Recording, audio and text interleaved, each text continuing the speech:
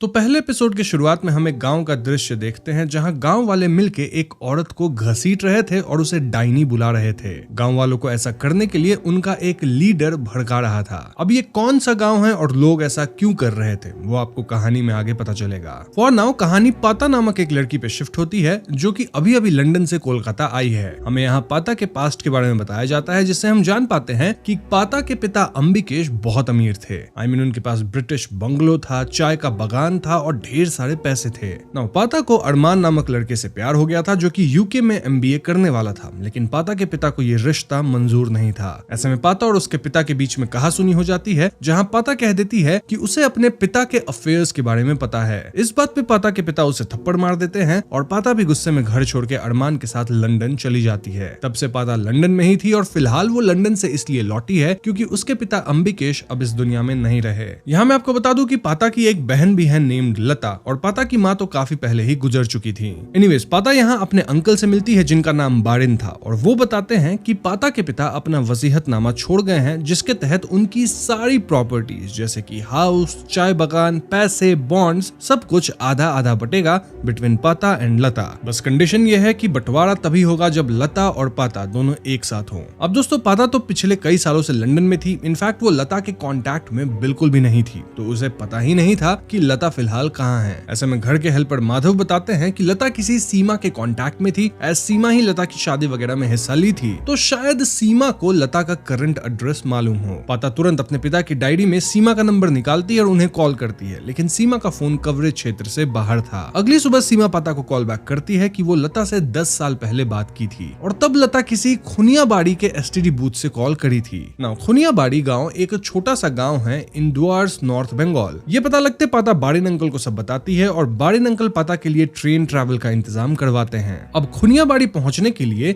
नजदीकी train station से उतरने के बाद 4 घंटे का रोड ट्रैवल भी था और ऐसे में बारिन अंकल पाता के लिए एक ड्राइवर भी फिक्स कर देते हैं जिसका नाम बादशाह था। बादशाह की फैमिली पहले पाता के डैड के लिए काम करती थी और ऐसे में वो पाता को देखकर बहुत खुश होता है। बादशाह पाता को अपनी ओमनी में बिठाता है और उसे जंगल के बीच वाले रोड से खुनियाबाड़ी ले जाने लगता है। पाता नोटिस करती है कि कैसे ये एरिया काफी सेक्लूडेड था। इनफैक्ट यहाँ तो ढंग से मोबाइल नेटवर्क भी नहीं आता था। खैर जैसे तैसे ये लोग खुनियाबाड़ी पहुंचते हैं और वहाँ गांव के बच्चे बताते हैं कि इस गांव के लीडर एक जान गुरु नामक इंसान है और लता के बारे में जानने के लिए उनसे ही मिलना होगा। और फिलहाल जान गुरु गांव वालों के साथ लेक के पास हैं। बादशाह पाता को लेके लेक के पास जाता है जहां हम जान गुरु को देख पाते हैं। और दोस्तों ये वही आदमी है जो कि सीरीज के पहले सीन में गांव वालों को भड़का रहा था, जिससे गांव वाले एक औरत को डाइनी मान लिए थे। गांव वाले फिलहाल नहर किनारे उसी औरत को बांध के उसे मार पीट रहे थे और औरत को समाप्त भी करने वाले थे। पाता को ये सब अजीब लगता है, लेकिन तभी वो नोटिस करती है कि डाइनी कहलाने वाली औरत और कोई नहीं बल्कि उसकी बहन लता थी।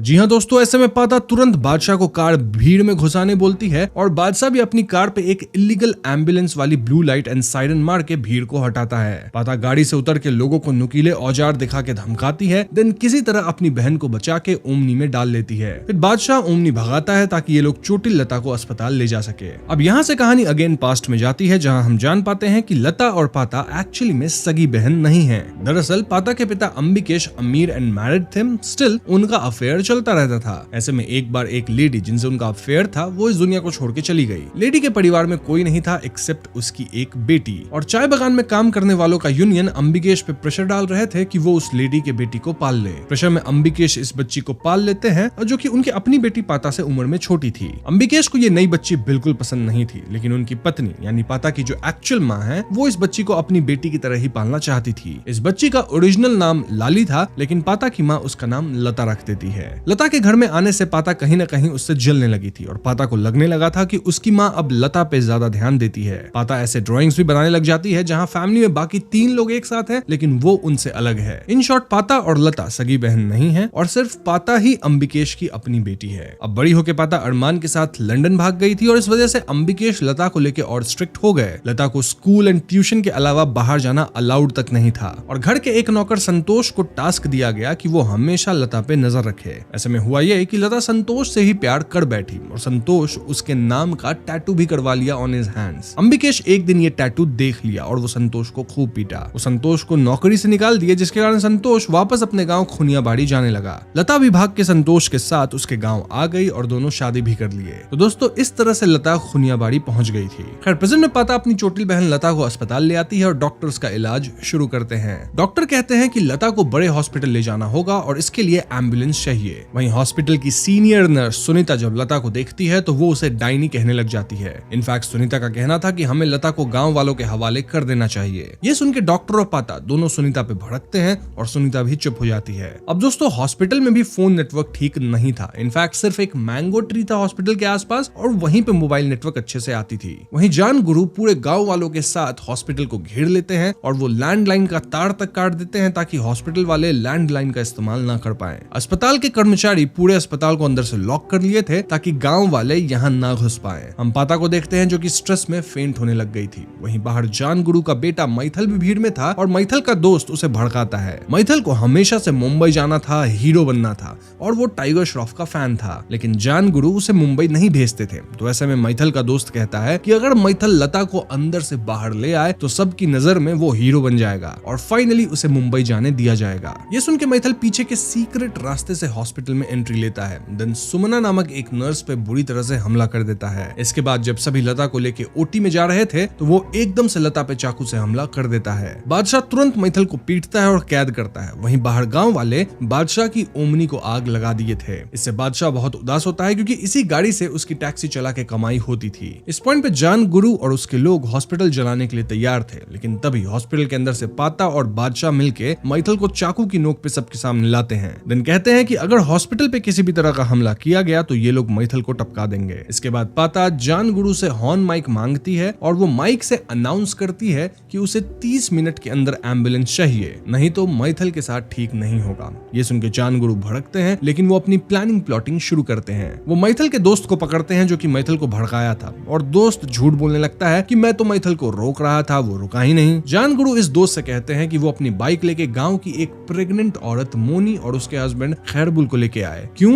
वेल वो आपको कहानी में आगे पता चलेगा। वहीं हॉस्पिटल में डॉक्टर बताते हैं कि लता को थाइस पे चोट आई है तो जान का खतरा नहीं है। यहाँ पाता को भी इंजेक्शन वगैरह लगती है एज वो बेहोश हो गई थी। पाता यहाँ एक बूढ़े पेशेंट से बात करती है जो कि बताता है कि लता इस गांव में 15 साल पहले शादी करके आई थी। तब गांव में चारों तरफ फैल गया था कि संतोष किसी फॉरेनर से शादी कर लिया है और ऐसे में पूरा गांव इस शादी में आया था। तब गांव में लाइट बल्ब भी नहीं हुआ करती थी। स्टिल इस शादी के अंदर लोग बाहर से ट्यूबलाइट वगैरह का इंतजाम करके लगवाए थे। संतोष और लता एक दूसरे को खूब प्यार करते थे, लेकिन तब जान गुरु की गंदी नजर लता पे पड़ी। जान गुरु के आदमी लता को हमेशा छेड़ते थे, उसे गंदी गंदी बातें कहते थे, स्पेशली मुनिया नामक बंदा जो कि जान गुरु का खास था। लता जब ये बात संतोष की माँ को बताती है तो संतोष की माँ लता पे ही हाथ उठा देती है, सेइंग कि जान गुरु इस गांव के लिए भगवान समान है और उनके बारे में वो एक लफ्ज नहीं सुन सकती। इनफैक्ट जान गुरु का असली नाम भीम है, वो मुंह से नहीं लेना है, उन्हें जान गुरु ही कहना है। यहाँ तक कि संतोष भी कह देता है कि भले वो जान गुरु को नहीं मानता, लेकिन इस गांव में वो जान गुरु के खिलाफ नहीं जा सकता। संतोष ऑलरेडी लता के घर पे नौकरी खो चुका था और इसीलिए अब उसे इसी गांव में रह के परिवार का पालन पोषण करना है। सो यस, प्रेजेंट में वो बूढ़े पेशेंट पाता को ये सब बताते हैं और इसी बीच खैरबुल और उसकी प्रेग्नेंट बीबी मोनी हॉस्पिटल पे आती है, सेइंग कि मोनी लेबर में चली गई है। ऐसे में हॉस्पिटल वाले सिर्फ मोनी को पीछे के डोर से एंट्री देते हैं, लेकिन दोस्तों मोनी तो अपने हाथ में एक नुकीला औजार लिए आई थी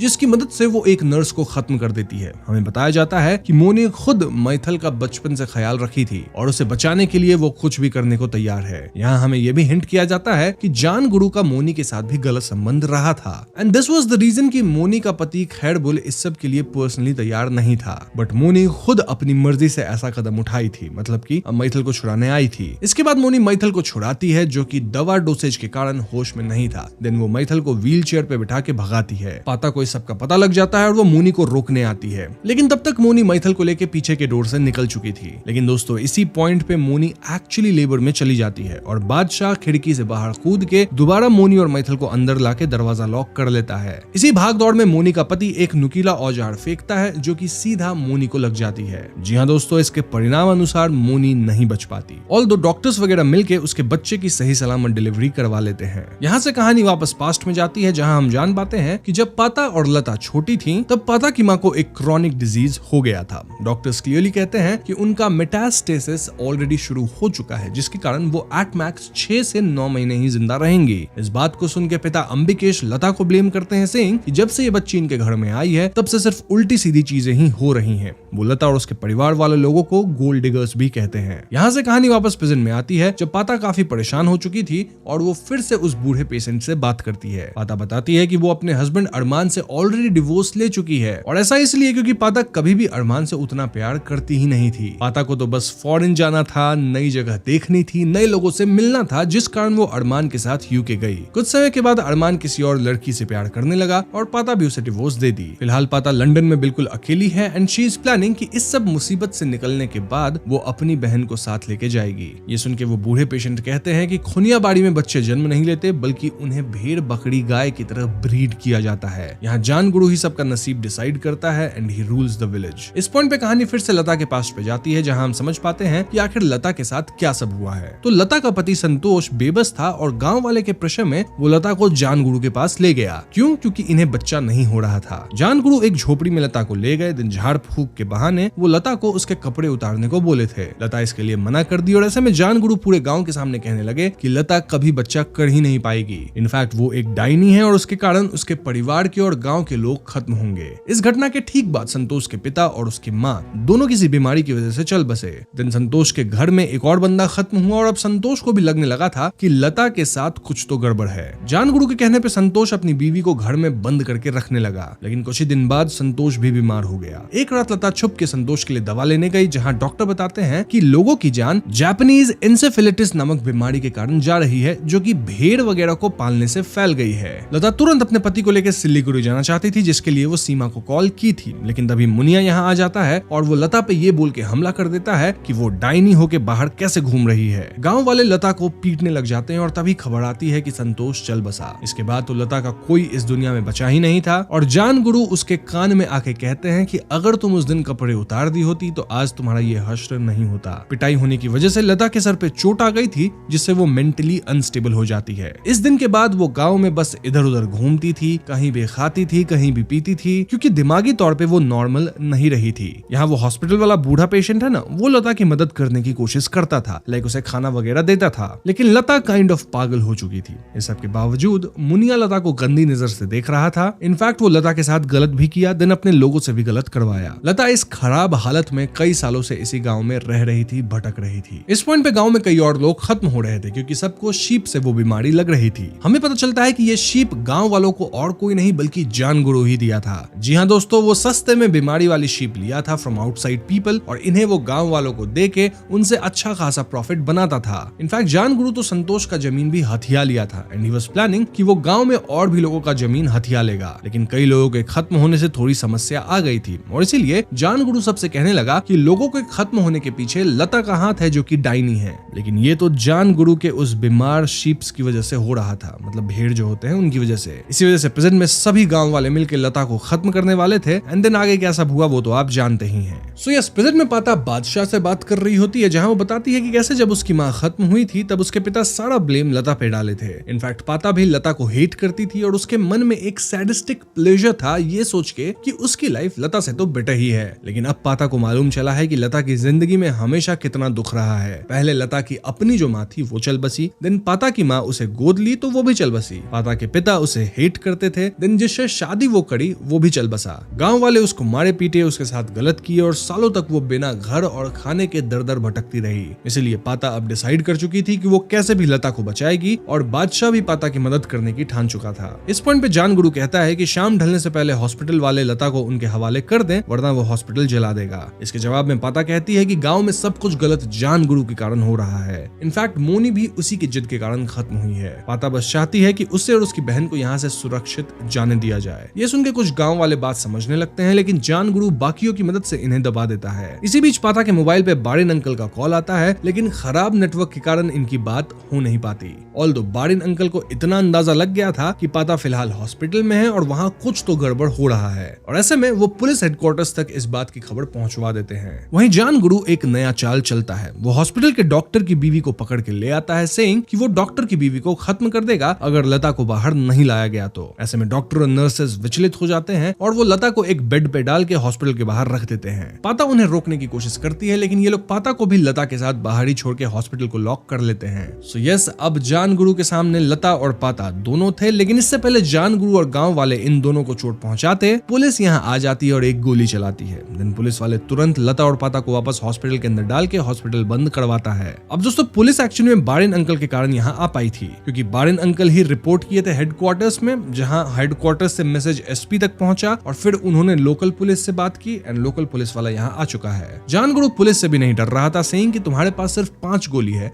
और हम 100 से भी ज्यादा हैं। पुलिस वाला जान गुरु को समझाता है कि पाता यूके से है, ब्रिटिश पासपोर्ट है, तो अगर उसे कुछ हुआ तो इंटरनेशनल मैटर हो जाएगा। लेकिन जान गुरु ये सब सुनने के लिए तैयार ही नहीं था। इनफैक्ट वो तो पुलिस वाले को ही थप्पड़ मार देता है और पुलिस कुछ नहीं कर पाती। इसके बाद जान गुरु मुनिया से कहता है कि वो डॉक्टर की बीवी को खत्म कर दे और मुनिया सबके सामने डॉक्टर की बीवी का सर अलग कर देता है। जी हाँ दोस्तों, ये दृश्य देख के डॉक्टर पूरी तरह टूट जाता है और हॉस्पिटल के अंदर सभी कहीं ना कहीं आपस में झगड़ने लगे थे। इसी सब के बीच मैथल अब पूरी तरह होश में आ चुका था और वो अपने हाथों के बंधन को खोल लेता है। वो पाता पे हमला करता है लेकिन बादशाह समहाउ उसको रोकता है। मैथल अपने मुंह से ब्लेड निकाल के बादशाह को समाप्त कर देता है। देन पाता को पीट के वो मेन गेट खोलने की कोशिश करता है, लेकिन तभी हॉस्पिटल की सभी नर्सेज मिलकर मैथल को पीटती हैं। स्टिल मैथल अकेले सब पे भारी पड़ रहा था। ऐसे में चोटिल पाता वो औजार उठाती है जो कि मोनी अंदर लेके आई थी और वो इससे मैथल पे हमला करती है। हमले से मैथल बहुत चोटिल होता है और अब मैथल को बचाने के लिए एम्बुलेंस लाना ही पड़ेगा। यहाँ पुलिस भी सब तमाशा देख रही थी और पुलिस वाला जान गुरु को समझाता है कि अगर अब आप एम्बुलेंस नहीं बुलाए तो आपका बेटा भी जाएगा। पुलिस वाला जान गुरु को सजेस्ट करता है कि आप एम्बुलेंस बुलवा दीजिए, देन जब हॉस्पिटल वाले बाहर आएंगे तो उन पे हमला कर दीजिएगा। वहीं पाता इतनी भड़क चुकी थी कि वो एक फायर एक्सटिंग्विशर से मैथल को निपटाने आगे बढ़ती है। तभी जान गुरु चिल्ला के कहता है कि वो एम्बुलेंस बुलाएगा। पाता जान गुरु को नील करने कहती है और जान गुरु अपने बेटे को बचाने के लिए कान पकड़ के नीचे झुकता भी है। वहीं पुलिस वाला पाता से कहता है कि एक बार एम्बुलेंस आ जाए और जब पाता बाहर आएगी तो वो उसे सेफ्टी देगा। सो यस, फाइनली एम्बुलेंस आती है और लता यहाँ पाता और बाकी नर्सेज के साथ एम्बुलेंस में बैठती है। पाता यहाँ अभी मैथल को एज होस्टेज रखी थी, लेकिन एकदम से गांव वाले इन पे हमला करके मैथल को छुड़ा लेते हैं। देन जान गुरु उसके लोग पाता, लता और नर्सेज सहित एम्बुलेंस को आग लगाने वाले होते ही हैं कि तभी पुलिस हेडक्वार्टर से मेन पुलिस फोर्स यहाँ आ जाती है। जी हाँ दोस्तों, दरअसल पुलिस वाला डबल गेम खेल रहा था, जहाँ वो जान गुरु के सामने ऐसे बिहेव कर रहा था एज इफ वो जान गुरु के साइड है, उनकी मदद कर रहा है, लेकिन असलियत में वो चुपके से हेडक्वार्टर्स फोन करके बैकअप बुलवा लिया था। पुलिस न सिर्फ पाता, लता और नर्सेज को बचाती है बल्कि जान गुरु को अरेस्ट करती है। पुलिस वाला भी जान गुरु से अपना बदला लेता है, यानी एक जोड़ का थप्पड़ जान गुरु को जड़ देता है। इस पॉइंट पे जान गुरु कहता है कि वो जल्द छूटेगा और अपना बदला लेगा, क्योंकि कोई भी उसके खिलाफ गवाही देगा ही नहीं। ऐसे में पाता पुलिस वाले को भड़काती है, सेइंग कि आप मेरी जगह होते तो क्या करते। पुलिस वाला पाता को अपना गन ऑफर करता है और पाता गन उठा के जान गुरु पे तान देती है। तभी एकदम से डॉक्टर एक नुकीली औजार से जान गुरु की गर्दन पे बार बार प्रहार करता है, जिससे जान गुरु खत्म हो जाता है। जी हाँ दोस्तों, डॉक्टर के अंदर अपनी बीवी के खत्म होने का गुस्सा था, जो कि वो फाइनली जान गुरु पे निकाल दिया। इसके बाद पाता और लता को एम्बुलेंस में ले जाया जाता है और लता यहाँ पाता को देख के फाइनली दीदी कहती है। दिस डिपिक्ट्स कि लता की मेमोरी और मेंटल स्टेबिलिटी शायद वापस आ रही है और इलाज के बाद शायद दोनों बहन एक साथ अच्छी जिंदगी जी पाएंगी। इनफैक्ट पाता तो बोली भी थी कि वो अपनी बहन के साथ लंदन चली जाएगी, तो शायद इलाज के बाद दोनों बहनें लंदन जाएंगी और वहां अच्छे से रहेंगी। यहीं पे फिल्म खत्म हो जाती है। नाउ एंड क्रेडिट्स में हमें बताया जाता है कि भले फिल्म की कहानी फिक्शनल लगती है, लेकिन ऐसे केसेस आज भी होते हैं। जैसे सितंबर 2024 में 2 ट्राइबल औरतों को नग्न करके मारा पीटा गया था और खत्म भी किया गया था ये बोल के कि वो विचेज हैं। देन 2023 में एक 60 साल की बूढ़ी औरत के साथ सेम हुआ। 2020 में एक औरत को रॉड और स्टिक से खत्म किया गया और 2002 में तो 5 औरतों को एक ही रात में समाप्त किया गया था ये बोल के कि वो डायन है। ऐसे ही कई और केसेस भी है जहां अंधविश्वास के कारण ऐसी घटनाएं हुई हैं। सो यस, ये थी डायनी सीरीज की कहानी और ये कहानी काफी सिंपल सी थी। आई मीन यहाँ कुछ ऐसी खास थियरीज नहीं है, लेकिन अगर हम डायनी सीरीज के थीम पे थोड़ी गहराई से बात करें तो सबसे बड़ा पॉइंट ये निकल के आता है कि असली डायनी तो जान गुरु था। उसके अंदर जो एक गंदी सोच थी, उसके अंदर की लालच, गांव वालों का अंधविश्वास ही रियल प्रॉब्लम थी। जान गुरु को क्लियरली पता था कि गांव में बीमारी शीप यानी भेड़ से आ रही है, जो कि वही लाया है, लेकिन उसने साइंटिफिक सच को छुपाने के लिए सुपरस्टिशन यानी अंधविश्वास का सहारा लिया ताकि वो जमीन हड़प सके और पावर में रहे। ये हमें समझाता है कि सोसाइटी में डर का बिजनेस कैसे किया जाता है। जब लोग डर जाते हैं तो वो लॉजिक भूलकर जान गुरु जैसे मैनिपुलेटेड लीडर्स को भगवान मान लेते हैं और फिर जान गुरु गांव की लड़कियों पे गंदी नजर डालता था। जैसे लता अपोज की तो लता की पूरी जिंदगी ही बर्बाद कर दिया। दूसरा मेजर थीम है मॉब मेंटालिटी का, यानी भीड़ की जो सोच होती है। इस सीरीज में हमने देखा कि गांव वाले इनहेरेंटली बुरे लोग नहीं थे, वो बस बहुत ज्यादा डरे हुए थे, मैनिपुलेटेड थे। साथ ही औरतों की स्थिति को भी हाईलाइट किया गया है, चाहे वो लता हो, मोनी हो या डॉक्टर की वाइफ। इस पैट्रियार्कल सेटअप में सबसे पहले औरतों को ही बलि का बकरा बनाया गया। तीसरी थियरी है पता और लता के रिलेशनशिप के अराउंड, और ये एक रिडेम्पशन आर्क की तरह है। पाता का कैरेक्टर शुरुआत में सेल्फिश लगता है। आई मीन जब अंकल कहते हैं कि जायदाद का 2 हिस्सा होगा तो पाता एकदम परेशान होती है ये सोच के कि लता को आधा क्यों मिल रहा, वो तो सगी बेटी थी भी नहीं। लेकिन बाद में हमें रियलाइज होता बताता है कि पाता का गुस्सा असल में गिल्ट था। बचपन में लता के आने से उसे लगा कि उसका प्यार बट गया, लेकिन बड़े होकर जब उसे सच्चाई दिखी तो उसने अपनी जान की बाजी लगा दी। लता का एंड में दीदी बोलना ये प्रूव करता है कि मेंटल ट्रॉमा के बावजूद प्यार और केयर इंसान को वापस होश में ला सकता है। फाइनली एंडिंग सीन में हम डॉक्टर का भी ट्रांसफॉर्मेशन देखते हैं। एक आदमी जो लोगों की जान बचाता है वो एंड में जान गुरु को समाप्त कर दिया। तो कुल मिलाकर डाइनी सिर्फ एक हॉरर स्टोरी नहीं है, बल्कि ये हमारी सोसाइटी का डर, लालच और अंधविश्वास का एक आईना है।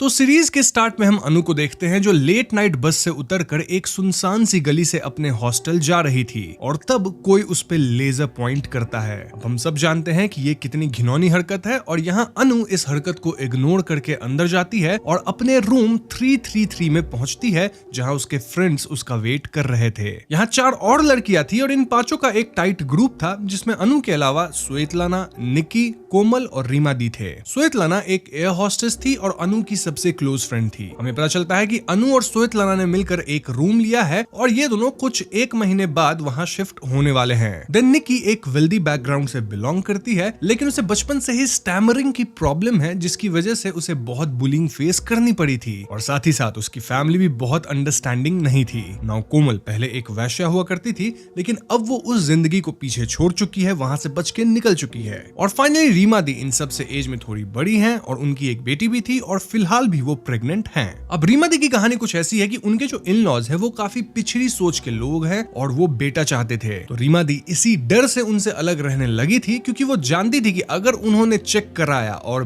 बेटी निकली तो वो लोग इस बच्चे को गिरा देंगे। वैसे हम सब जानते हैं कि ये चेक करना इंडिया में इलीगल है, लेकिन फिर भी कई लोग कर ही लेते हैं। जो भी हो, ये सारी लड़कियां इस प्रगति गर्ल्स हॉस्टल में किसी न किसी मजबूरी में ही रह रही थी क्योंकि यहाँ की हालत और माहौल दोनों बहुत खराब था। ये एक गवर्नमेंट हॉस्टल था, यानी कि ये बहुत चीप था और हॉस्टल जंगल से बिल्कुल सटा हुआ था, यानी कि हम कह सकते हैं कि ये दिल्ली के आउटस्कर्ट्स में था। हॉस्टल के गार्ड्स, मेस ओनर सब बहुत ही वियर्ड थे। Now coming to Anu, well उसका एक बॉयफ्रेंड था जिससे वो बहुत प्यार करती थी और इवन दो वो अनु को लेके सीरियस नहीं था, लेकिन फिर भी अनु एक बहुत ही पॉजिटिव और इनोसेंट लड़की थी जो उसके इस बिहेवियर को एक्सक्यूज करती रहती थी। उसने अपना नया रूम भी अपने बॉयफ्रेंड की ही बिल्डिंग में लिया था ताकि वो उसके पास रह सके। अब अनु की फ्रेंड्स हमेशा उसे समझाने की कोशिश करती रहती थी कि वो लड़का तुमसे शादी नहीं करने वाला, लेकिन अनु उनकी बात को टाल देती, उस पर ध्यान नहीं देती क्योंकि अनु वाज मैडली इन लव। अब अगले सीन में हमें 6 महीने बाद की कहानी को दिखाई जाती है। हम यहाँ मधु नाम की एक लड़की को ट्रेन से उतरते देखते हैं जो कि अभी अभी ग्वालियर से दिल्ली आई थी। वो पहले तो अपने बॉयफ्रेंड अरुण के रूम पे उसके साथ रहने जाती है। यहाँ ये दोनों इंटीमेट होने लगते हैं कि तभी मधु को मास्क में कुछ लोग दिखते हैं जिससे वो डर जाती है। अब यहाँ एक्चुअल में कोई मास्क्ड लोग नहीं थे, रादर ये मधु के पास्ट ट्रॉमा की पहली झलक है और ये उसकी मेंटल स्टेट और अरुण के साथ उसके रिलेशनशिप को डिफाइन करती है। इसके बारे में आपको कहानी में आगे और भी काफी कुछ पता चल जाएगा।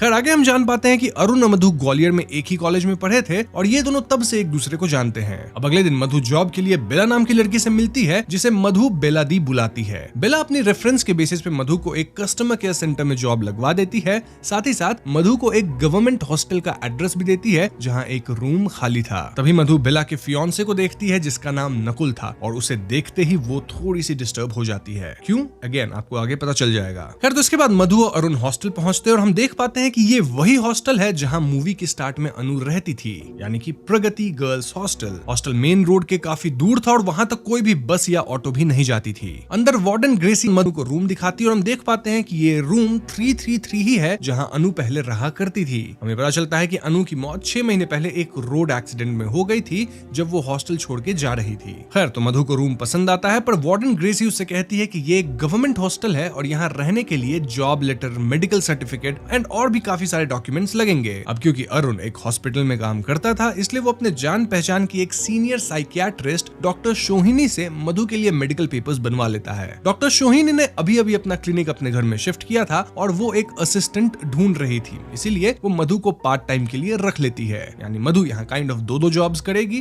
क्योंकि उसे पैसे की जरूरत थी। अब ध्यान रहे मधु अभी तक शिफ्ट हुई नहीं है, आगे शिफ्ट होगी, क्योंकि उस रात 3 लड़कियां रूम 333 में जाती हैं और वीजी बोर्ड यूज करके घोस्ट से बात करने का प्लान बनाती है। स्वेतलाना को यह देखकर बहुत गुस्सा आता है और वो उन्हें निकलने के लिए कहती है। तीनों लड़कियां नहीं मानती और रूम बंद कर लेती और स्वेतलाना भी रूम बाहर से बंद कर देती है। कुछ ही देर में उनकी भयानक चीखें पूरे हॉस्टल में गूंजने लगती है और ये शोर ग्राउंड फ्लोर पर ग्रेसी को भी सुनाई देता है और वो वहीं से उन्हें शांत रहने को कहती हैं। हम ग्रेसी को उसकी फ्रेंड कांस्टेबल इलू मिश्रा के साथ बैठकर ड्रिंक करते हुए देखते हैं। इलू का एक बेटा था जीवा, जो कि पिछले 6 महीने से घर नहीं आया था। अब जीवा अक्सर कई दिनों तक घर नहीं आता था, लेकिन ऐसा पहली बार हुआ है कि वो 6 महीने से गायब है और ऐसे में इलू उसे लेकर बहुत ज्यादा परेशान थी। वो जीवा को ढूंढने के लिए बब्बन नाम के एक लड़के को पकड़ती है, लेकिन उसे भी जीवा का पता नहीं होता। दरअसल जीवा और बब्बन एक हकीम के लिए काम करते थे और ये हकीम जो था वो बहुत शेडी टाइप का इंसान था। मतलब ये दवा के नाम पे अपने मरीजों को बिच्छू, छिपकली, ये सब चीजें बेचता था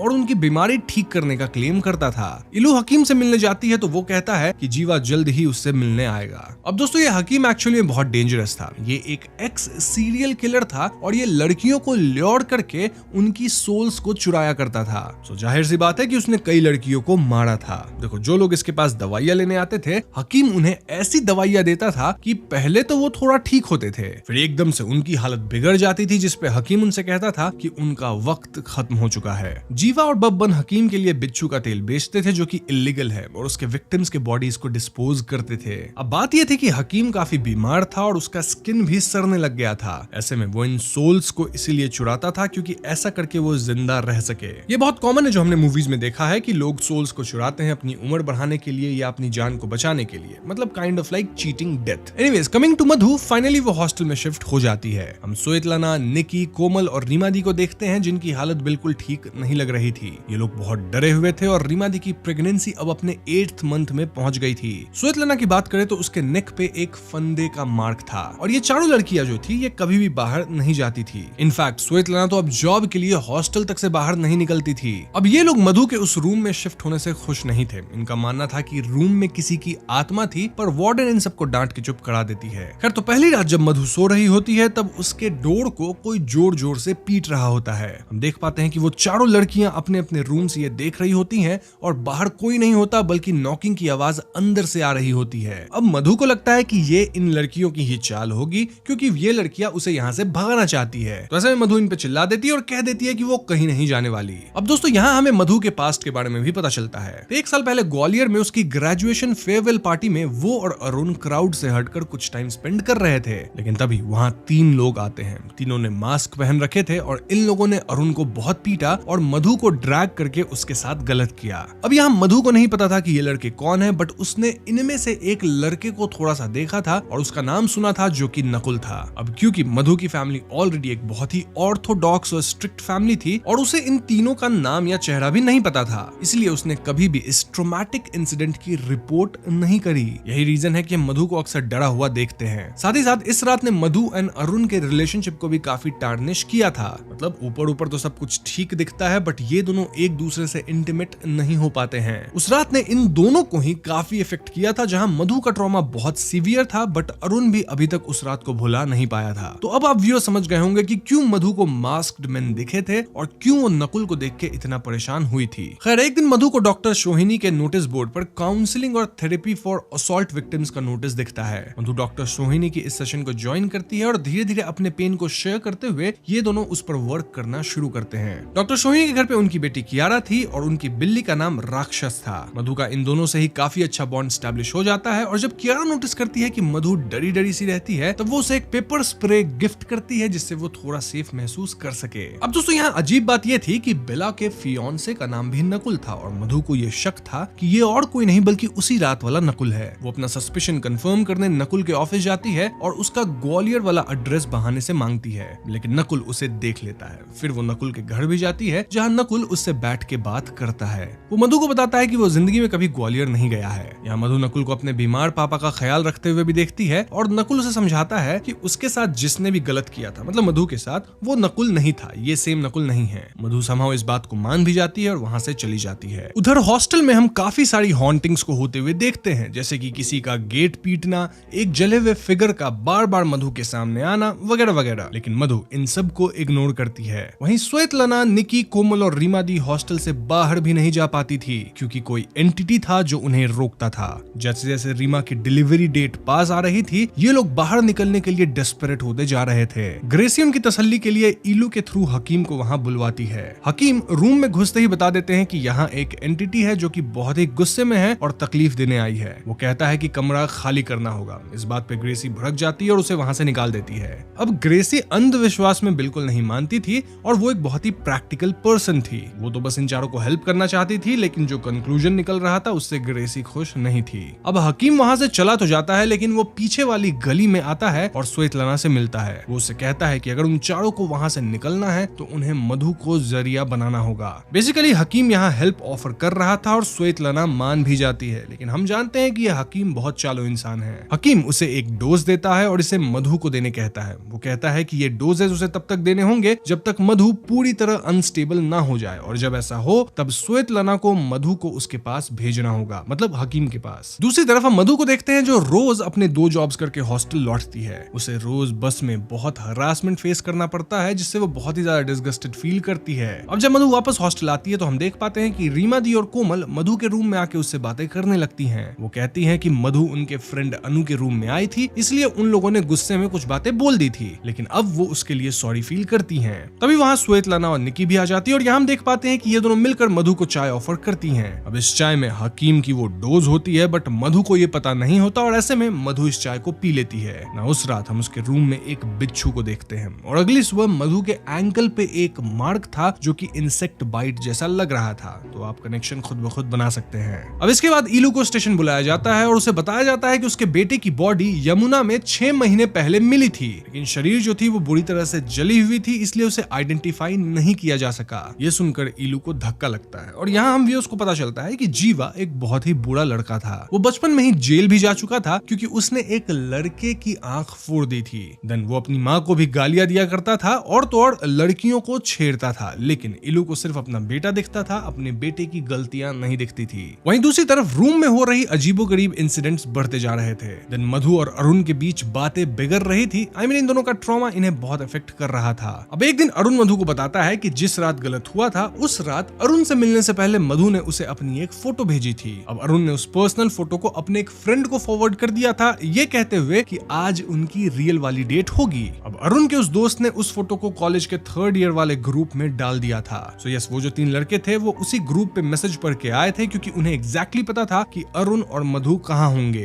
अब ये बात सुनकर मधु पूरी तरह से हिल जाती है और वहां से चली जाती है, क्योंकि भले ही अरुण इसमें डायरेक्टली इन्वॉल्व नहीं था, लेकिन उसकी जो हरकत थी वो कहीं ना कहीं ऐसी थी जिसके कारण मधु के साथ वो गलत काम हुआ। खैर, अब आगे एक दिन नकुल मधु को एक पार्टी में इनवाइट करता है जहां मधु एक ड्रिंक ट्राई करती है और यहाँ ये दोनों एक किस भी शेयर करते हैं। मधु वहां से जा रही होती है जब नकुल के 2 कजिन्स उससे मिलने आते हैं। उनमें से एक ने दूर से ही नकुल भैया चिल्लाया था और उसे सुनकर मधु को एक बार फिर उन पे शक हो जाता है। मतलब क्या नकुल और ये 2 कजिन्स यानी यही 3 लोग थे जो कि मधु के साथ गलत किए थे? अब क्योंकि शक हो ही गया था तो इस इंसिडेंट के बाद मधु नकुल का फोन उठाना बंद कर देती है। नाउ मधु डॉक्टर सोहिनी के पास अभी काउंसलिंग ले रही होती है और वो उन्हें रूम में हो रही हॉन्टिंग्स के बारे में बताती है। डॉक्टर सोहिनी को लगता है कि जो उन लड़कियों के साथ हो रहा है वो एक साइकोलॉजिकल रिएक्शन होगा, मतलब मास हिस्टेरिया होता है ना, वैसा ही कुछ। ऐसे में डॉक्टर सोहिनी उन लड़कियों के पास जाके एक एक करके सभी को बाहर निकलने कहती है, पर कोई भी निकल नहीं पाती। निकी की फैमिली उसे लेने आती है, पर कुछ दूर जाते ही उसका नोज ब्लीड होने लगता है और वो लोग गाड़ी घुमा लेते हैं। इन शॉर्ट, वो वहां से नहीं जा पाई।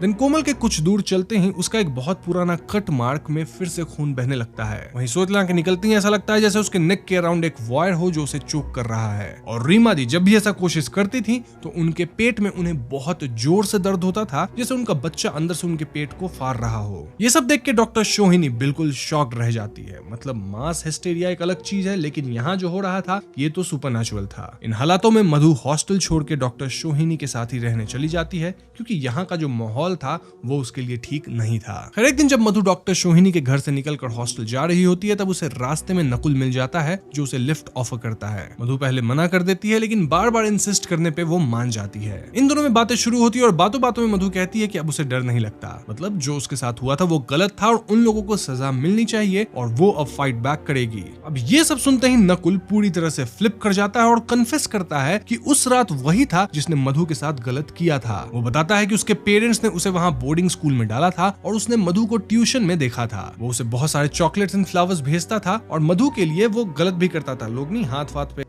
लेते हैं वैसा कुछ, बट स्टिल मधु उसे एक्नॉलेज नहीं कर रही थी। वो बहुत मुश्किल से मूव ऑन हुआ था, लेकिन फिर जब 5 साल बाद वो फिर से टाउन में आया तब उसे वो फॉरवर्डेड मैसेज मिला। गुस्से में उसने उस रात अपने 2 कजिन्स के साथ मिलकर मधु को उठाया एंड देन क्या किया वो आप जानते हैं। अब ये सब सुनकर मधु घबरा जाती है और गाड़ी रोकने को कहती है, लेकिन नकुल कार को मधु के हॉस्टल के पीछे वाले जंगल में ले जाता है। मधु उस पर पेपर स्प्रे यूज करके वहां से भागने की कोशिश करती है, लेकिन नकुल के दोनों कजिन्स भी वहां आ जाते हैं और तीनों मिलकर उसे मारने की कोशिश करते हैं। मधु समहाउ वहीं आसपास इनसे छुप जाती है, पर फिर इनमें से एक लड़का उसे ढूंढ लेता है। वो मधु को पिन डाउन कर लेता है और मधु बहुत स्ट्रगल करती है, जिसके बाद हम उसे अचानक से पजेस होते देखते हैं। जी हाँ दोस्तों, पजेस्ड मधु नकुल के दोनों कजिन्स को वहीं पे समाप्त कर देती है, जिसके बाद वो वापस हॉस्टल रूम 333 में जाती है। इस पॉइंट तक वो पूरी तरह से पजेस्ड होती है और उसे देख बाकी लड़कियां शॉक्ड रह जाती है। अब अगले दिन मधु नॉर्मल हालत में उनको सब बताती है और कहती है कि उसने उन तीनों को खत्म कर डाला है, लेकिन हम जानते हैं कि वो 2 को ही खत्म करी है, नकुल बच गया है। यहाँ हम देख पाते हैं कि क्योंकि वो पजेस हुई थी उसे बहुत बातें याद नहीं थी, इसलिए शायद वो चीजें कंफ्यूज कर रही थी। इस पे अरुण बताता है कि उसकी आज सुबह ही नकुल से बात हुई है और अरुण को लगने लगता है कि मधु कुछ भी बोल रही है, मतलब ये सिर्फ मधु का वहम है और कल रात उसने किसी को खत्म नहीं किया है। निकी को मधु की हालत देखकर बहुत गिल्ट होता है, ये जानते हुए कि उसकी ये हालत इन लोगों की वजह से ही हुई है, मतलब ये लोग ही उसके ड्रिंक को एकदम स्पाइक कर रहे हैं, कुछ मिला रहे हैं डोज वगैरह हकीम के कहने पे। वो अपनी फैमिली से हेल्प मांगती है और कहती है कि उसे यहाँ से निकलना है। वो लोग उसे सेडेट करके एम्बुलेंस में डालते हैं और डॉक्टर सोहिनी और वार्डन ग्रेसी भी इनके साथ जाती है सबकी सेफ्टी इंश्योर करने। रास्ते में इन्हें पुलिस मिलती है जो बताती है कि जंगल में 2 लाशें मिली हैं और ये 2 लाशें किसकी हैं ये तो आप व्यूअर्स समझ ही गए होंगे। खैर ये लोग हॉस्पिटल पहुंचते हैं और वहां निकी का MRI स्कैन होता है जब अचानक डोर लॉक होता है और मशीन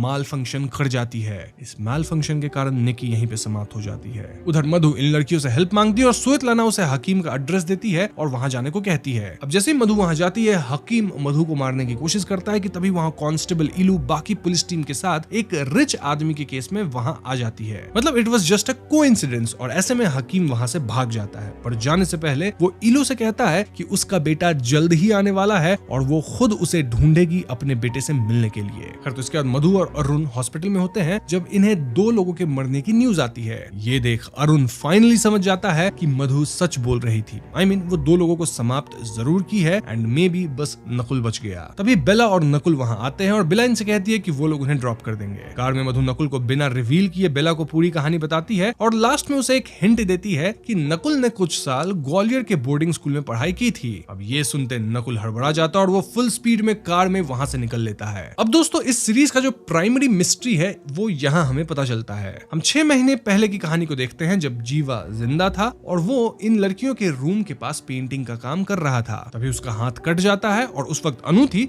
जो कि उसकी पट्टी कराती है, क्योंकि अनु की पर्सनालिटी हेल्पफुल एंड काइंड थी। तब रीमा दी के हाथ जीवा की की चेन लगती है जिसमें उसे वही लेजर मिलती है जिससे कोई रोज अनु को छेड़ता था, यानी कि ये छेड़ने वाला इंसान जीवा ही था। तो हाँ, उसकी सच्चाई रिवील हो जाती है और सारी लड़कियां उसे डांट के धमका के वहां से भगाती है। जीवा भी यहाँ अपना शराफत का नाटक बंद करता है और सबको बहुत ही गंदी गंदी गालियां देकर चला जाता है। फिर हम न्यू ईयर्स का सीन देखते हैं और स्वेतलाना, निकी और कोमल अनु के घर पार्टी करने जा रहे होते हैं। तभी कोमल का एक पुराना क्लाइंट उसे पहचान लेता है। सभी लड़कियां फ्लैट पे पहुंचती है जहां अनु और रीमा दी उनका वेट कर रही थी। तभी वो लड़के यहाँ नीचे आ जाते हैं और वो यहाँ पार्टी करना चाहते थे। इनके ग्रुप में लैंडलॉर्ड का बेटा भी था और इसीलिए ये लोग साथ पार्टी करने की बात कर रहे थे। ये लड़कियां मना कर देती है जिसपे इन दोनों ग्रुप्स में बहस हो जाती है और लैंडलॉर्ड भी वहां पहुंच जाता है। उनका बेटा कहता है कि ये लड़कियां ठीक नहीं है और कोमल तो एक वैश्या है। ये सुनते लैंडलॉर्ड इन सबको तुरंत घर खाली करने को कह देता है। अब अनु का बॉयफ्रेंड ये सारा तमाशा देखता है पर उसे डिफेंड नहीं करता। इसके बाद चारों लड़कियां हॉस्टल के लिए बढ़ती है और अनु कहती है कि वो अपने बॉयफ्रेंड से मिलके आएगी। अनु जब उससे मिलने जाती है तब उसे पता चलता है कि उसके बॉयफ्रेंड की आज एंगेजमेंट थी किसी दूसरे लड़की से, यानी कि अनु के फ्रेंड्स हमेशा सही कहते थे। अनु का जो बॉयफ्रेंड था वो बस उसे यूज कर रहा था और उससे शादी कभी भी करने नहीं वाला था। अनु हार्ट ब्रोकन अकेली हॉस्टल लौट रही होती है जब पीछे वाली गली पर जीवा उसे छेड़ता है। अनु यहाँ बहुत गुस्से में होती है और इसीलिए वो जीवा को 4 बातें सुना देती है और ऊपर छत पे चली जाती है जहाँ सारी फ्रेंड्स मिलकर बॉनफायर कर रही थी। तभी जीवा वहाँ आ जाता है और अनु पे अटैक कर देता है। जीवा यहाँ अनु के साथ गलत करने की कोशिश करता है और ये देख बाकी लड़कियां जीवा पे अटैक करती हैं और अनु को बचाने की कोशिश करती हैं। यहाँ जीवा कुछ बहुत ही भद्दी बातें बोलता है जो कि मैं आपको नहीं बता सकता, और इसे सुनकर रीमा दी को गुस्सा आ जाता है। वो बॉनफायर से एक लकड़ी निकालकर जीवा को उससे मारती है और ऐसे में आग तुरंत जीवा को घेर लेती है। ये लड़कियां कंबल से आग बुझाने की कोशिश करती हैं, लेकिन आग बुरी तरह से लग चुकी थी। और तभी नीचे ग्रेसी और इलू, जो कि कार से न्यू ईयर पार्टी करने बाहर गई थी, वो वापस आ जाती है। ऐसे में सभी लड़कियां जीवा के शरीर को लेकर नीचे अनु के रूम में जाती है और वार्डन से छुपाने के लिए वहां रखे बड़े से ट्रंक में डाल देती है। अब ट्रंक बंद करने से पहले जीवा अपनी माँ की आवाज सुनकर उन्हें बुलाने की कोशिश करता है, पर वार्डन के डर से अनु जल्दी से ट्रंक बंद कर देती है। जब वार्डन इन्हें डांट कर वापस चली जाती है, तब ये लोग ट्रंक खोलती हैं तो जीवा को समाप्त पड़ा देखती हैं। अब ये पांचों वार्डन की ही कार लेके जीवा की बॉडी को यमुना में फेंक आती है, लेकिन इसके बाद से अनु की तबीयत खराब होने लगती है। क्यों? क्योंकि जीवा की स्पिरिट उसे बार बार पजेस करती है। इस सब के कारण अनु हॉस्टल छोड़ के जाने लगती है और उस रात भी उसे जीवा का भूत दिखता है, जिससे बचने के लिए वो भागती है और ट्रक से टकरा जाती है, और ऐसे अनु की एक्सीडेंट में मौत हुई थी। तो अब हम ये समझ पा रहे हैं कि ये लड़कियां उस हॉस्टल से क्यों नहीं निकल पा रही हैं, क्योंकि इन्हें जीवा का भूत वहां बांध के रखा है, निकलने नहीं दे रहा। एनीवेज, इधर निकी के साथ जो हुआ था उसकी वजह से हॉस्टल को नोटिस आ जाता है और सभी हॉस्टल खाली करने लगती हैं। अब श्वेतलाना, कोमल और रीमा दी को समझ नहीं आ रहा था कि वो क्या करेंगे। तभी रीमा दी का लेबर पेन शुरू हो जाता है। सब वापस अंदर जाते हैं और हॉस्टल की एक लड़की थी जो मेडिकल प्रैक्टिशनर थी, वो डिलीवरी कराने की कोशिश करती है। उधर मधु, जो अरुण के साथ थी, वो पजेस हो जाती है और वापस हॉस्टल आती है। हम हकीम को भी हॉस्टल आते देखते हैं, पर उसे देख वार्डन गुस्से में उसे हिट करती है। यहाँ दोनों में हाथापाई हो जाती है, जिस वजह से वार्डन ग्रेसी समाप्त हो जाती है। वहीं श्वेतलाना मधु को फाइनल डोज देती है और हम मधु की सोल को एक डिफरेंट रेल्म में स्ट्रगल करते देखते हैं। जीवा की आत्मा उससे कह रही होती है कि वो स्ट्रगल करना बंद कर दे और उसे उसकी बॉडी पजेस करने दे। तभी इलू वहां आती है और अपने बेटे से इस लड़की को जाने बोलती है। उस डिफरेंट रेल्म में जीवा बताता है कि कैसे उस जंगल वाले दिन उसी ने मधु की हेल्प की थी उन लड़कों से बचने में, और वो आगे भी उसकी हेल्प कर सकता है। अब जैसे ही मधु जीवा से फाइट करती है और उसकी आत्मा को रिजेक्ट करती है, वो पावर उसकी बॉडी से निकल कर फुल फोर्स में नीचे हकीम की बॉडी में एंटर कर जाती है। यानी कि अब हकीम के अंदर जीवा था। उस फोर्स से सारी चीजें टूट जाती है और दरवाजे की एक वुडन पीस इलू को लगती है, जिससे वो वहीं पे समाप्त हो जाती है। श्वेतलाना मधु को अनटाइट देकर उसे मारने की कोशिश करती है, पर मधु से बताती है कि जीवा अब उसके अंदर नहीं है और वो श्वेतलाना से उसे छोड़ देने की रिक्वेस्ट करती है। अब जीवा, जो कि हकीम में था, वो इन लड़कियों पे अटैक कर देता है। सभी मिलकर इससे लड़ती हैं और इससे रीमा दी तक पहुंचने से रोकती हैं। क्यों? क्योंकि उनकी अभी अभी एक बेटी जन्मी थी। लास्ट में मधु एक एक्स से हकीम के सर पे वार कर देती है, जिससे सभी लड़कियां बच जाती है और हकीम भी खत्म हुआ। अगली सुबह डॉक्टर सोहिनी एम्बुलेंस के साथ आती है और वो पुलिस से इन लड़कियों को थोड़ा टाइम देने को कहती है। अब क्योंकि हकीम एक बहुत बड़ा सीरियल किलर था और पुलिस से फरार था, इसलिए सेल्फ डिफेंस में उसे मारने पे इन लड़कियों को जेल नहीं होती। सभी लड़कियां वहां से निकल पा रही थी और फाइनली हम श्वेतलाना, कोमल और रीमा दी को उनके दोनों बच्चों के साथ एक पार्क में पीसफुली बैठे देखते हैं। उधर अरुण अब भी जिंदा था, बट उसकी हालत बहुत ही सीरियस थी और मधु उसके पास ही बैठी थी। यहाँ सीरीज का फाइनल सीन आता है जहाँ नकुल और बेला की शादी हो रही होती है और तब नकुल को मधु के विजन्स भी आते हैं। तभी वहाँ पुलिस भी आती है और उससे उसके कजिन्स के बारे में पूछती है। नकुल मना कर देता है कि उस दिन वो उनके साथ नहीं था और बेला यहाँ मधु को मेंशन करती है और कहती है कि वो नकुल को स्टॉक कर रही थी, इसलिए शायद उसने कुछ किया होगा। नकुल बेला से इरिटेट होकर कुछ देर अपने कमरे में चला जाता है और वो अकेला बैठा होता है कि तभी वहाँ मधु आती है। मधु को देखकर ऐसा लग रहा था कि वो पजेस्ड है और हम नीचे बेला को रोते हुए देखते हैं कि तभी नकुल की बॉडी उसके रूम से नीचे गिरती है और वो वहीं पे समाप्त हो जाता है। आखिरी सीन में हम मधु को हॉस्पिटल में देखते हैं, जो बहुत ही क्रीपीली कैमरा में देखती है और हम समझ पाते हैं कि जीवा की आत्मा या एटलीस्ट उसकी पावर्स अब भी मधु के अंदर है, लेकिन शायद मधु अब कंट्रोल में है। शो यहीं पे खत्म हो जाती है। तो दोस्तों, ये थी खौफ सीरीज की पूरी कहानी और यहाँ मैंने जानबूझकर कहानी को शॉर्ट में कवर किया है, क्योंकि अब मैं काफी डिटेल्ड वे में इस सीरीज की थियरीज एंड मेनली थीम्स पे बातें करूंगा। सो यूं तो सीरीज की कहानी क्रिस्टल क्लियर है, लेकिन यहाँ सबसे बड़ी मिस्ट्री यही है कि लास्ट सीन में मधु का अजीब रिएक्ट करने का रीजन क्या था। मतलब क्या वो अभी पजेस्ड है और क्या जीवा की आत्मा अब भी उसके अंदर है? तो दोस्तों हाँ, मेरा मानना है कि जीवा की आत्मा अब भी मधु के अंदर है, बट अब वो पूरी तरह मधु के कंट्रोल में है। वैसे कई लोग ये भी मानते हैं कि ये मधु का एक दूसरा सेल्फ कॉन्शियसनेस है जो कि इतना स्ट्रॉन्ग एंड पावरफुल है। नाउ कंसीडर कि फर्स्ट थियरी सही है, तो बहुत सारे लोगों के मन में ये शो देख के एक सवाल उठता है कि अगर जीवा खुद एक मिसोजिनिस्ट था जो लड़कियों को बुरी नजर से देखता था, तो उसने मधु की मदद क्यों करी अपने अब्यूजर्स को खत्म करने में? अब यहाँ इसके कई एक्सप्लेनेशन हो सकते हैं और मैं आपको सारी एक्सप्लेनेशन बता देता हूँ, आप खुद से चुन लीजिए आप किसको मानते हैं। तो पहली एक्सप्लेनेशन, जिसे मैं तो नहीं मानता बट स्टिल मैं आपको बता रहा हूँ, वो ये कि जब जीवा मधु के बॉडी में गया तो उसने मधु के पेन को देखा और उसने उसका साथ दिया। इसलिए जीवा के अंदर उन 3 लड़कों के खिलाफ बहुत गुस्सा आ गया था और इसलिए उसने मधु की मदद करी। अब मैं इस थियरी को इसलिए नहीं मानता हूं क्योंकि अगर ऐसा था तो जीवा इस इंसिडेंट के बाद उन 4 लड़कियों को परेशान करना बंद कर देता, लेकिन वो ऐसा किया नहीं। तो हाँ, जीवा कोई अच्छा इंसान नहीं था ना। दूसरा रीजन ये हो सकता है कि ऑल्दो वो एक बुरा आदमी था बट स्टिल मधु की सफरिंग को देखकर उसे बचाता है ताकि वो मधु को प्रूव कर सके कि वो उसके साथ सेफ है, जिससे मधु फाइनली उसे अपनी बॉडी हैंड ओवर कर दे। तो हाँ, ये रीजन मैं मान सकता हूँ क्योंकि जीवा एक खराब आदमी था और वो मधु का बस ट्रस्ट जीतना चाहता था। क्यों? क्योंकि उसे मधु की शरीर चाहिए थी। अब थर्ड रीजन मेरी फेवरेट है जिसको मैं पर्सनली मानता हूँ, जो कि कुछ ऐसी है। तो जीवा को पता था कि अगर मधु मर जाती तो उसके इस वर्ल्ड में आने का ट्रांजिशन बीच में ही रुक जाता, इसलिए जीवा मधु को नहीं बल्कि मधु के बॉडी को बचा रहा था क्योंकि जीवा को उसे पजेस करना था। सो यस, जीवा का मधु में कोई इंटरेस्ट नहीं था, बस अपने आप में इंटरेस्ट था कि वो किस मीडियम से हमारी दुनिया में वापस आ जाए। वैसे इस थियरी की काउंटर ये हो सकती है कि एंड में एनी हाउ जीवा हकीम के शरीर में तो चला ही गया था। नाउ फाइनल रीजन बहुत ही सिंपल हो सकता है कि वो एक एंग्री स्पिरिट था और उसे रीजन नहीं चाहिए था, उसे बस अपना गुस्सा उतारना था। तो हाँ, यहाँ उसको 2 लोग मारने के लिए मिले तो उसने 2 लोगों को समाप्त कर दिया। अब इन चारों में से आप किस रीजन को मानते हैं कमेंट्स में जरूर बताइएगा। लेकिन रीजन जो भी हो, ओवरऑल हम ये मान सकते हैं कि मधु के अंदर अब थोड़ी सुपरनैचुरल पावर है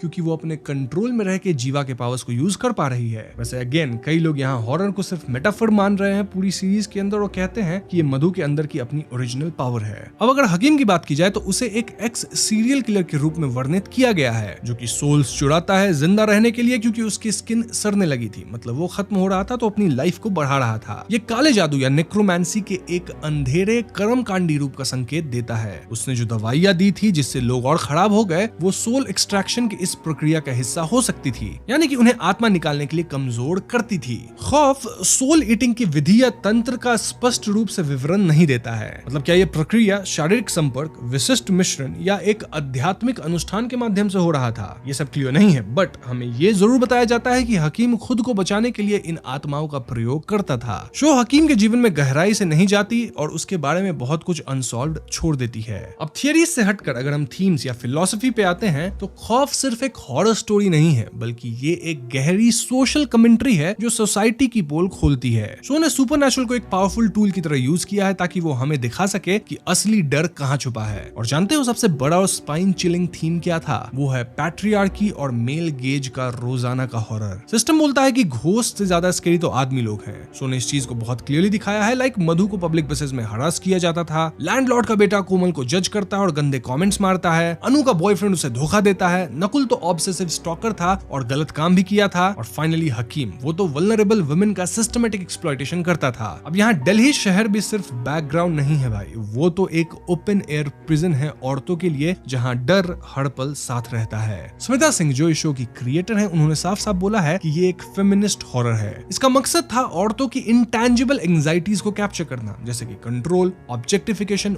वॉयलेंस, ओमनी प्रेजेंट गेज और सोसाइटल एक्सपेक्टेशंस। उन्होंने हॉरर जॉनर को इसलिए चुना क्योंकि ये इनविजिबल एवरीडे फियर को एक्सप्रेस करने का सबसे इफेक्टिव लैंग्वेज है। नॉर्मल ड्रामा ये प्रोफाउंड ड्रेड दिखा ही नहीं सकती थी, तो इसका हॉरर के साथ जो मिश्रण हुआ वो बहुत ही लॉन्ग लास्टिंग इंपैक्ट छोड़ता है। खौफ ने सुपरनैचुरल हॉन्टिंग और डीप साइकोलॉजिकल ट्रॉमा के बीच की लाइन को बिल्कुल ब्लर कर दिया है। ये शो सजेस्ट करता है कि असली भूत तो अक्सर साइकोलॉजिकल ट्रॉमा ही होता है। मधु का पीटीएसडी उसके असॉल्ट से एक कांस्टेंट स्पेक्टर की तरह है जो उसको अपनी सैनिटी और परसेप्शंस पे डाउट करने पे मजबूर करता है। हॉस्टल्स के eerie visuals, cracked ceilings, broken mirrors, whispers in the dark सिर्फ बाहर से डराने वाले नहीं बल्कि उसके इंटरनल टर्मोइल और फ्रैक्चर्ड मेंटल स्टेट के पावरफुल मिरर्स हैं। शो ये भी बोलता है कि psychological wounds haunt longer than any spirit could, मतलब जो साइकोलॉजिकल घाव में मिलता है वो भूत से ज्यादा हमें डराता और परेशान करता है। लड़कियों का हॉस्टल से ना निकल पाना भी एक बहुत ही पावरफुल मेटाफर है जो उनके कलेक्टिव ट्रॉमा और जीवा की मौत की सीक्रेट में फंसे रहने को दर्शाता है। ये कन्फाइनमेंट उनके एक्सपीरियंसेस के इंड्योरिंग साइकोलॉजिकल इंपैक्ट को सिंबलाइज करता है। इन सब के अलावा ये शो गैस लाइटिंग का भी एक जबरदस्त एलिगरी है जहां औरतों को सिस्टमैटिकली उनकी अपनी परसेप्शंस और ट्रूथ्स को डाउट करने पर मजबूर किया जाता है। मधु को घोस्ट के प्रेजेंस के बारे में लोगों को कन्विंस करना मुश्किल होता है और यह सीधा पैरेलल है असॉल्ट के बाद विक्टिम का बिलीव्ड ना होने का इमेंस चैलेंज से।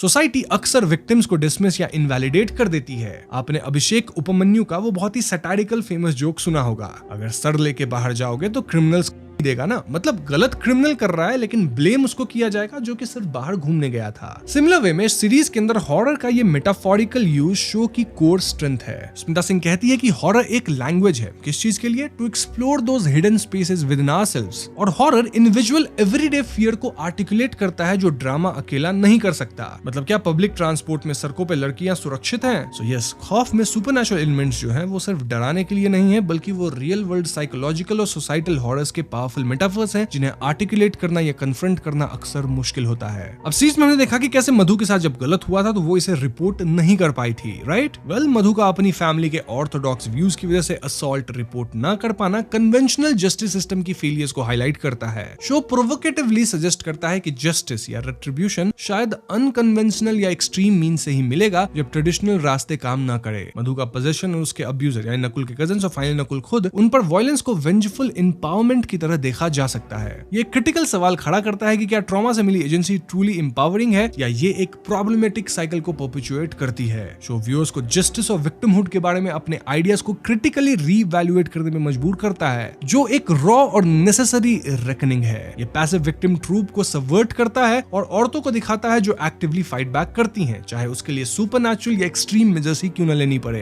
अब प्रगति गर्ल्स हॉस्टल जो था वो सिर्फ एक लोकेशन नहीं है, वो खुद में एक कैरेक्टर है जिसे मेज लाइक स्ट्रक्चर, क्रीपी और घोस्ट बताया गया है। ये उन सेफ स्पेसेस को सिंबलाइज करता है जो औरतों के लिए होते हैं पर अलार्मिंगली आसानी से ट्रैप्स में बदल सकते हैं। ये काइंड ऑफ मिरर करती है कि कैसे औरतें एक विमेन्स ओनली हॉस्टल जो कि सपोजिटली उनका सेफ स्पेस होना चाहिए, वहां भी उन्हें परवेसिव इनसिक्योरिटी फील होती है। हॉस्टल का रिमोट लोकेशन और स्पिरिट की पावर जो लड़कियों को जाने नहीं देती, ये क्लॉस्ट्रोफोबिया और आइसोलेशन का इंटेंस सेंस क्रिएट करती है जो बहुत सी औरतों की ब्रॉडर सोसाइटल आइसोलेशन को रिफ्लेक्ट करता है। इस कन्फाइंड टेरिफाइंग स्पेस में एक वुंडेड सिस्टरहुड बनती है जो सॉलिडारिटी, म्यूचुअल सपोर्ट और कलेक्टिव सर्वाइवल के लिए पावरफुल थीम्स को हाईलाइट करती हैं। इन्हीं कारणों की वजह से खौफ टिपिकल इंडियन हॉरर ट्रूप से अलग है। ये हॉरर को एक पावरफुल सबवर्सिव लैंग्वेज की तरह यूज करता है ताकि वो अनएक्सप्रेसिबल चीजें आर्टिकुलेट कर सके, जैसे कि शेम, ह्यूमिलिएशन और डीप साइकोलॉजिकल वुंड्स जिन पर खुल के बात करना अक्सर बहुत ज्यादा मुश्किल होता है हमारे समाज में। अब देखो शो मेकर्स कितने चालाक थे कि उन्होंने शो की जो सेटिंग थी उसे दिल्ली में रखी है, एक ऐसी सिटी जहां जेंडर्ड वायलेंस का डॉक्यूमेंटेड हिस्ट्री रहा है। और इसलिए ये सीरीज हॉरर को एक चिलिंग रियलिटी में ग्राउंड करती है, जिससे सीरीज काफी वे टू रियल लगती है।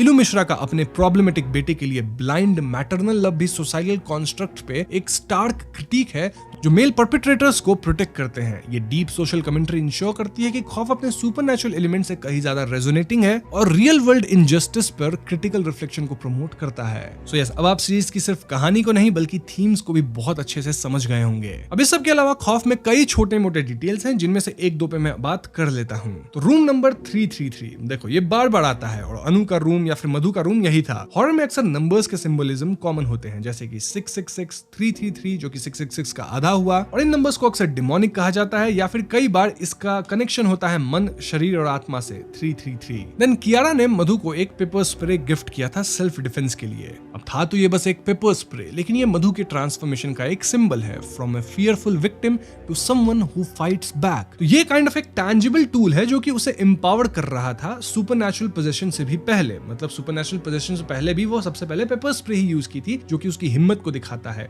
तो हाँ, ये पेपर स्प्रे मामूली नहीं है, बल्कि ये उसकी हिम्मत का एक सिंबलिज्म था। और आपने ध्यान दिया होगा कि डॉक्टर सोहिनी थी, उनकी बिल्ली का नाम भी राक्षस था। राक्षस का मतलब क्या होता है वो हम सब जानते हैं, डीमन या मॉन्स्टर। ये एक आयरॉनिक और सटल हिंट है कि even in seemingly safe spaces there can be a touch of ominous, या फिर सिंबलाइज करता है हिडन राक्षस को जो कि कई लोगों के अंदर होता है। अब सीरीज की राइटर और क्रिएटर स्मिता सिंह ने इंटरव्यूज में बताया कि उन्होंने अपनी पर्सनल एक्सपीरियंसेस से इंस्पिरेशन ली है जब वो दिल्ली में एक लेडीज हॉस्टल में रहती थी। खास करके 2012 में दिल्ली के अंदर क्या हुआ था ये हम सब जानते हैं। तो हाँ, इन्हीं एलिमेंट्स को जोड़ के ये सीरीज बनाई गई है, जिसकी स्टोरी मैंने आपको बता दी है, थीम्स बता दी है, कुछ हिडन डिटेल्स पे भी हम बातें कर चुके हैं। स्टिल यहाँ मुझसे कुछ मिस हुआ है तो आप कमेंट्स में जरूर बताइएगा। ओवरऑल वीडियो को मैं यहीं पे खत्म करना चाहूंगा। उम्मीद करता हूँ आपको वीडियो पसंद आई होगी, और पसंद आई तो इसे लाइक और शेयर करें। सारे चैनल पे नए हैं तो हमें सब्सक्राइब भी कीजिएगा, क्योंकि हम अपने चैनल पे ऐसी वीडियोस लाते रहते हैं। पीस।